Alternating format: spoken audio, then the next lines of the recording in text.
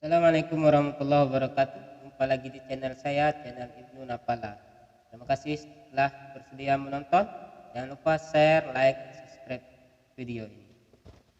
Bagian ke-13. Mari berselawat bagi baginda. Allahumma sholli ala sayyidina Muhammad wa ala ali sayyidina Muhammad. Bagian ke-13, judul rumah tangga. Pengantin pria meninggalkan rumah pamannya dan tinggal di kediaman pengantin wanita. Selain berperan sebagai istri yang baik, Khadijah juga menjadi sahabat bagi suaminya, tempat berbagi sukacita hingga pada tingkat yang luar biasa. Pernikahan mereka sangat diberkahi dan penuh kebahagiaan, meskipun bukan berarti tidak pernah sedih atau merasa kehilangan. Bersama Muhammad, Khadijah melahirkan 6 anak, 2 putra dan 4 putri. Putra sulungnya diberi nama Qasim dan Muhammad segera dikenal sebagai Abul Qasim, ayah Qasim. Namun anak itu meninggal sebelum berusia 2 tahun. Berikutnya seorang putri dinamai Zainab, lalu disusul dengan 3 putri lainnya, Ruqayyah, Ummu Kulsum dan Fatimah. Dan yang terakhir seorang putra lagi yang juga tidak berusia panjang. Pada hari pernikahannya, Muhammad memerdekakan Barokah, budak setia yang ia warisi dari ayahnya. Pada hari yang sama, Khadijah menghadiahi salah satu budaknya sendiri, seorang remaja berusia 15 tahun bernama Zaid. Selanjutnya, pasangan pengantin baru ini menikahkan Barokah dengan pemuda Yastrib yang kemudian dikaruniai seorang anak lelaki. Dan dengan anak itulah ia kemudian dikenal sebagai Ummu Ayyam, Ibu Ayyam. Zaid dan beberapa pemuda lainnya baru saja dibeli dengan harga mahal dari Uqas oleh keponakan Khadijah, Hakim, putra saudaranya Hizam. Pada saat itu putra saudaranya Hizam. Pada saat dikunjungi Khadijah, Hakim memanggil budak-budak barunya dan mempersilahkan bibinya itu untuk memilih salah seorang di antara mereka. Khadijah kemudian memilih Zaid. Zaid bangga dengan leluhurnya ayahnya Harithah, berasal dari Kalb, suku besar dari utara yang wilayahnya terbentang di antara dataran Suriah dan Irak. Ibunya berasal dari Tai, suku tetangga yang tidak kalah terkenalnya, di mana salah seorang pemimpinnya pada waktu itu adalah Hatim, seorang penyair kenamaan yang termasyhur di seluruh penjuru Arab karena kesatriaan dan kedermawanannya yang legendaris. Beberapa tahun setelah Zaid dibawa ibunya untuk mengunjungi keluarganya, desa tempat mereka tinggal dijarah oleh sekelompok penunggang kuda dari Bani Qain yang melarikan anak itu dan menjualnya sebagai budak. Harithah ayahnya sudah lelah mencarinya, sementara Zaid sendiri tidak menjumpai musafir dari Kalb yang dapat menyampaikan kabar kepada orang tuanya. Namun Ka'bah dikunjungi para jamaah haji dari semua wilayah Arab. Suatu hari selama musim suci, beberapa bulan setelah Zaid menjadi pelayan Muhammad, ia melihat beberapa orang dari suku dan kabilahnya di jalanan Mekah. Seandainya ia bertemu dengan mereka beberapa tahun lalu, tentu perasaannya akan sangat berbeda. Ia telah merindukan pertemuan itu. Namun sekarang ia bingung. Ia tidak dapat membiarkan begitu saja keluarganya tanpa memberitahukan keberadaannya. Tetapi pesan apa yang dapat disampaikan kepada mereka? Apapun dasarnya, ia tahu sebagai seorang putra padang pasir, sebuah syair akan cukup untuk situasi seperti itu. Ia menggubah beberapa syair yang mengungkapkan pikirannya, namun melampaui yang diekspresikan. Kemudian ia mendekati para jamaah haji dari suku Kalb itu.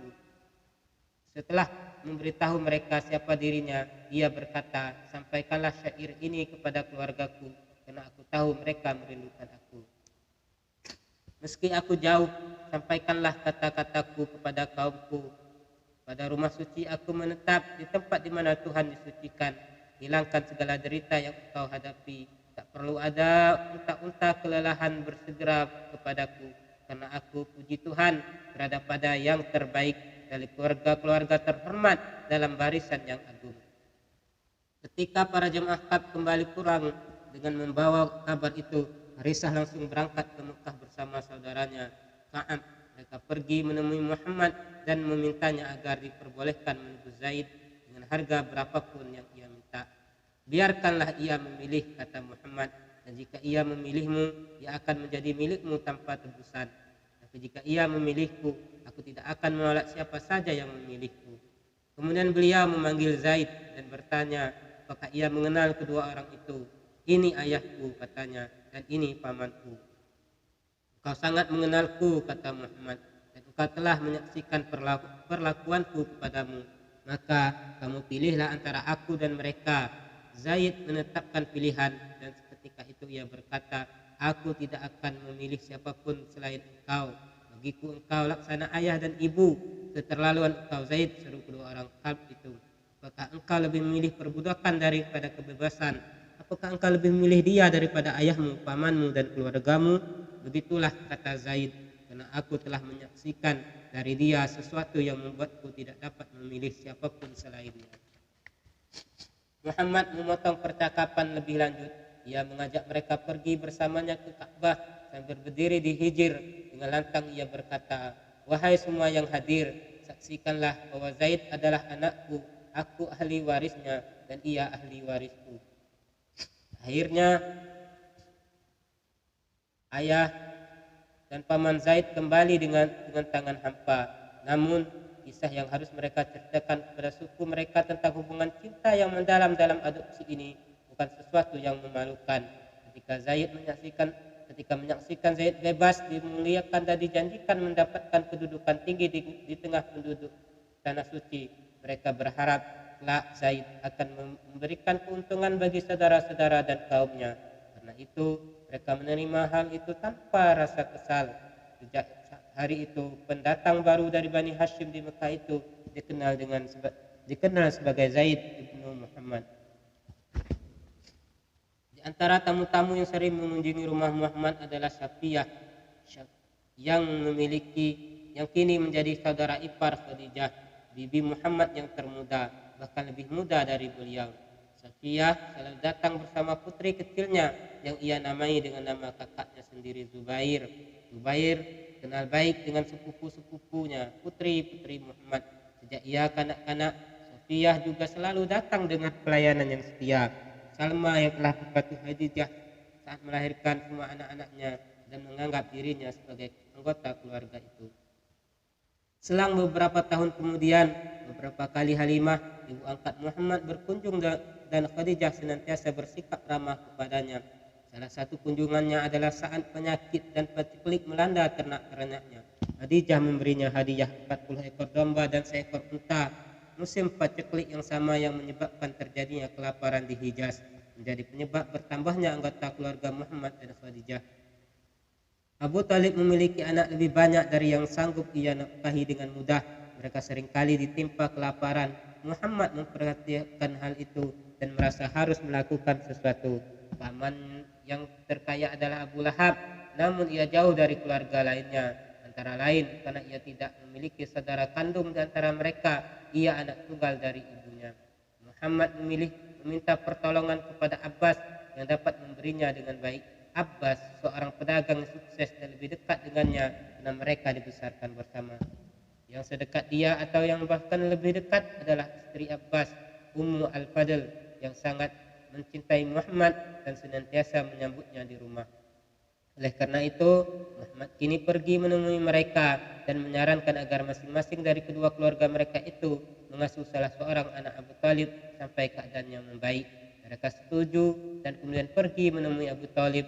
Ketika mendengar usulan mereka, Abu Talib berkata, lakukanlah apa yang kalian inginkan, namun biarkan Aqil dan Talib bersamaku. Ja'far kini berusia sekitar 15 tahun dan ia tidak lagi termuda di keluarganya. Ibunya, Fatimah, telah melahirkan seorang putra lagi sekitar 10 tahun lebih muda dan mereka memberi namanya Ali. Abbas mau mengasuh Ja'far, sedang Muhammad setuju untuk mengasuh Ali. Pada saat itu, Khadijah melahirkan anaknya yang terakhir yang dinamai Abdullah. Namun, bayi itu wafat pada usia yang lebih muda dari Qasim. Bayi itu digantikan Ali yang tumbuh seperti layaknya seorang saudara laki-laki bagi keempat sepupu perempuannya, kira-kira sebaya dengan Ruqayyah dan Ummu Kulsum. Lebih muda dari Zainab dan lebih tua dari Fatimah. Kelima orang ini bersama Zaid merupakan keluarga Muhammad dan Khadijah. Namun ada beberapa saudara lainnya yang dekat dengan beliau. Mereka telah berperan besar atau kecil dalam sejarah yang akan diuraikan di sini secara berurutan. Paman tertua Muhammad Harith yang kini telah wafat meninggalkan beberapa anak. Salah satunya adalah sepupu beliau Abu Sufyan. Ia juga saudara susuan. Karena diasuh Halimah di tengah Bani Sa'ad beberapa tahun setelah Muhammad. Orang-orang menganggap Abu Sufyan termasuk di antara keluarga terdekat yang paling mirip dengan Muhammad. Di antara ciri khas yang mereka miliki adalah kefasihan. Namun Abu Sufyan seorang penyair berbakat, mungkin lebih berbakat dibandingkan pamannya Zubair dan Abu Talib. Sedangkan Muhammad tidak pernah mengubah syair. Beliau tidak unggul dalam kemahiran berbahasa Arab dan keahlian bertutur. Nabi Muhammad menganggap Abu Sufyan yang kurang lebih sebaya dengannya sebagai teman dan sahabat, sedikit lebih dekat karena ikatan persaudaraan di antara mereka adalah anak-anak dari saudara-saudara perempuan ayahnya, yaitu 5 putri Abdul Muthalib. Di antara sepupu-sepupunya yang tertua ini ada anak-anak Umaymah bibinya. Umaymah menikah dengan Jahsy, berasal dari suku Arab Utara. Jahsy memiliki sebuah rumah di Mekah dan seorang yang tinggal di tengah suku lain. Dengan aliansi mutual menjadi sekutu dari salah satu anggota suku tersebut yang bergabung untuk saling berbagi hak dan kewajiban. Harb yang kini menjadi pemimpin Bani Umayyah, cabang kabilah Abdus Syam, telah mengangkat Jahsy sebagai sekutunya. Maka dengan menikahi Jahsy berarti Umaymah telah bergabung dengan Bani Abdus Syam. Putra sulung mereka diberi nama Abdullah. Berusia sekitar 12 tahun lebih muda dari Muhammad, kedua suku ini saling menjalin kasih sayang yang erat. Putri Umaymah Zainab, berapa tahun lebih muda dari Abdullah, adalah gadis yang cantik jelita. Muhammad telah mengenal dan mencintai mereka berdua sejak masih kanak-kanak. Demikian pula dengan yang lain, terutama Abu Salamah, putra bibinya Barrah. Pesona daya tarik yang terpusat pada Al-Amin, demikian beliau sering dipanggil, jauh melebihi keluarganya sendiri. Khadijah bersamanya dalam pusat itu, dicintai dan dihormati oleh semua yang berada dalam lingkaran luas cahaya mereka. Sebuah lingkaran yang juga memasukkan beberapa kerabat Khadijah sendiri, terutama yang dekat dengannya adalah saudara perempuannya Halah, yang putranya Abul Ash kerap berkunjung ke rumahnya. Khadijah mencintai keponakannya itu seperti anaknya sendiri, karena selalu meminta tolong dan nasihat. Halah meminta Khadijah untuk mencarikan seorang istri untuk putranya. Jika Khadijah berkonsultasi dengan suaminya, beliau mengajukan putri mereka Zainab yang mendekati usia pernikahan. Ketika waktunya tiba, mereka pun dinikahkan. Harapan Bani Hashim dan Bani Muthalib, kedua kabilah ini secara politis dianggap satu, terletak pada pundak Muhammad untuk memulihkan kembali pengaruh mereka. Tetapi lebih dari semua persoalan klan, beliau telah dipertimbangkan oleh para pemuka Quraisy sebagai sosok yang paling mampu menggantikan mereka dalam memegang tanggung jawab mempertahankan kehormatan dan kekuasaan Quraisy di seluruh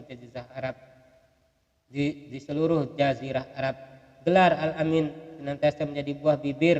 Barangkali karena hal itulah maka Abu Lahab mendatangi keponakan itu untuk melamar Ruqayyah dan Ummu Kulsum untuk ditunangkan dengan kedua putranya Utbah dan Utaibah. Muhammad menyetujuinya karena beliau menganggap kedua sepupunya itu baik. Pertunangan pun dilakukan. Pada saat itu Ummu Ayyam sekali lagi menjadi anggota keluarga. Tidak disebutkan apakah ia kembali kepada seorang janda atau bukan, telah diceraikan suaminya atau tidak. Namun tidak diragukan lagi tempatnya memang di sana. Muhammad terkadang menyebutnya ibu dan mengatakan kepada yang lain tentangnya, ia adalah segalanya yang tetap bersamaku di rumahku. Habis bagian ke-13. Jangan lupa share dan